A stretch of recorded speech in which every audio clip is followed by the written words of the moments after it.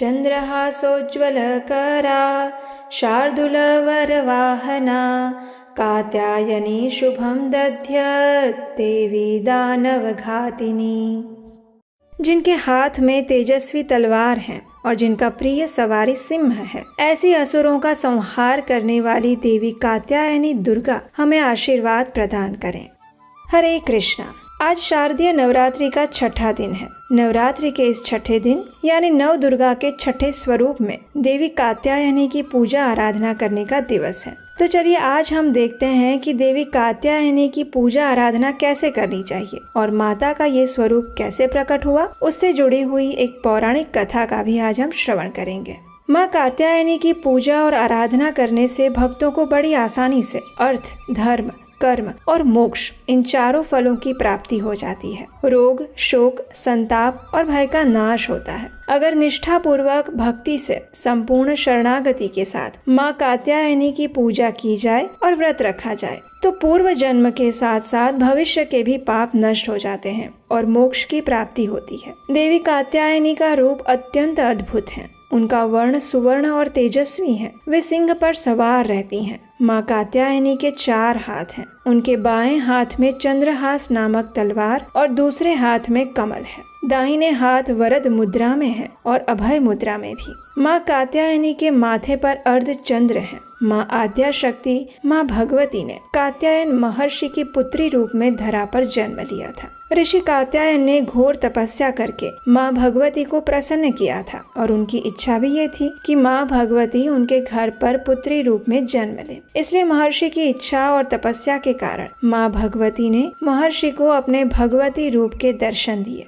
और कुछ समय बाद वे उनके घर पर पुत्री रूप में जन्म लेती हैं और वैद्यनाथ नामक स्थान पर प्रकट होती हैं। कात्यायनी देवी को निर्भीकता और साहस की देवी माना जाता है। कात्यायनी देवी का नाम कात्यायन ऋषि की पुत्री होने के कारण कात्यायनी पड़ा है। इसलिए माँ दुर्गा के छठे स्वरूप में नवरात्रि के छठे दिन देवी कात्यायनी की पूजा संपूर्ण विधि और विधान के साथ की जाती है। तो चलिए अब हम देखते हैं कि नवरात्रि के छठे दिन माँ दुर्गा के इस कात्यायनी स्वरूप का विधि पूर्वक पूजन कैसे करना चाहिए। तो देखिए, नवरात्रि के छठे दिन माँ दुर्गा के कात्यायनी स्वरूप की पूजा के लिए प्रातः ब्रह्म मुहूर्त में उठकर स्नान इत्यादि से स्वच्छ होना चाहिए। स्वच्छ वस्त्र धारण करके गंगा जल या गौमूत्र से अपने घर और मंदिर को स्वच्छ करना चाहिए। उसके बाद देवी कात्यायनी की पूजा का संकल्प लेते हुए हाथ जोड़कर प्रार्थना करनी चाहिए। जो स्थापित किया हुआ कलश है उसकी अबील, गुलाल, पुष्प, अक्षत और सुगंधित फूल तथा द्रव्यों द्वारा पूजा करनी चाहिए और माँ दुर्गा के इस कात्यायनी स्वरूप का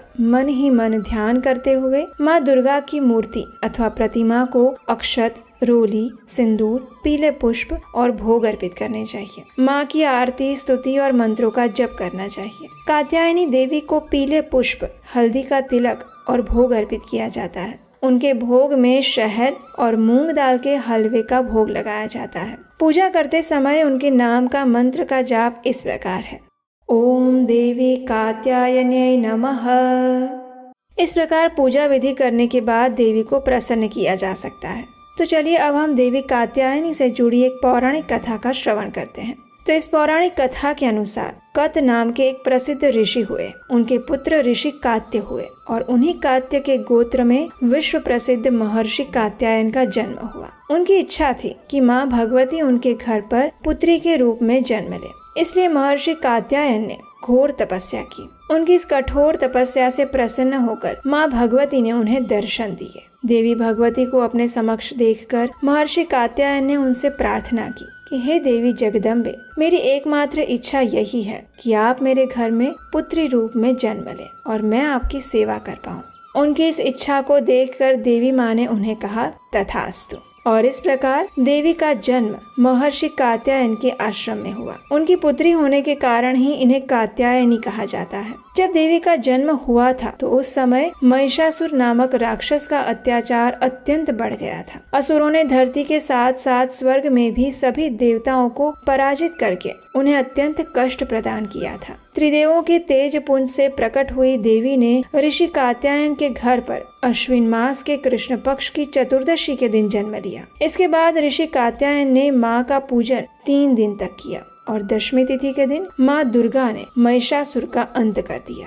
इतना ही नहीं, शुंभ और निशुंभ ने स्वर्ग लोक पर आक्रमण करके इंद्र का सिंहासन छीन लिया था और 9 ग्रहों को बंधक बना लिया था। सभी असुरों ने अग्निदेव और वायुदेव का बल भी अपने अधीन कर लिया था। सभी देवताओं को अपमानित और पराजित करके असुरों ने निकाल दिया था। तब सभी देवता देवी की शरण में आए और उनसे प्रार्थना की कि वो उन्हें असुरों के अत्याचार से मुक्ति प्रदान करें। तब माँ ने सभी असुरों का वध करके देवताओं को अपना अधिकार वापस दिलाया था। इस प्रकार महिषासुर का वध करने के कारण देवी को महिषासुर मर्दिनी भी कहा जाता है। माँ दुर्गा ने ये स्वरूप में राक्षसों का विनाश करके ऋषियों की रक्षा की थी। देवी कात्यायनी ऋषि कात्यायन की तपस्या के फल स्वरूप उनकी पुत्री के रूप में प्रकट हुई थी और इसी रूप में उन्होंने महिषासुर का वध किया था। वास्तव में ये सारे असुर उस समय में ही नहीं बल्कि आज के कलयुग में भी उपस्थित हैं, क्योंकि असुर मनुष्य की दुष्प्रवृत्तियों को भी कहा गया है। मनुष्य के अंदर हिंसा या पाप वृत्ति समाप्त होने पर वो अंतःकरण से शुद्ध हो सकता है और फिर भगवती देवी की कृपा का पात्र बनता है और मोक्ष प्राप्त करता है।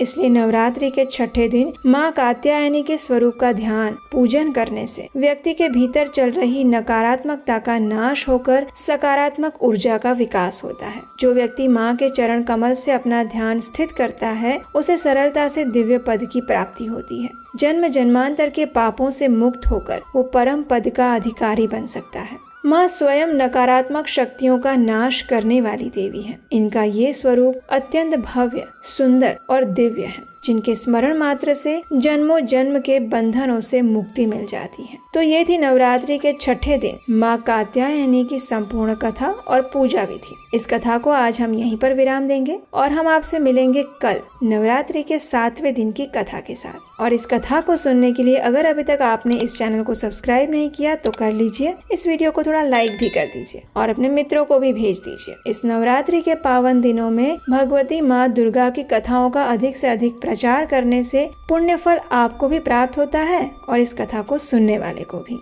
और अगर आपको हमारे द्वारा किया जा रहा ये प्रमाणभूत वैदिक ज्ञान का प्रचार प्रसार अच्छा लग रहा है तो आप हमारे लिए प्रार्थना कीजिएगा। आपकी प्रार्थना और आशीर्वाद के माध्यम से ही हम ये प्रयास कर पा रहे हैं और हम भी आपके लिए देवी भगवती से प्रार्थना करेंगे कि वे आपको भगवान श्री कृष्ण की शुद्ध भक्ति और परम आध्यात्मिक जगत का गंतव्य प्रदान करें। हरे कृष्ण।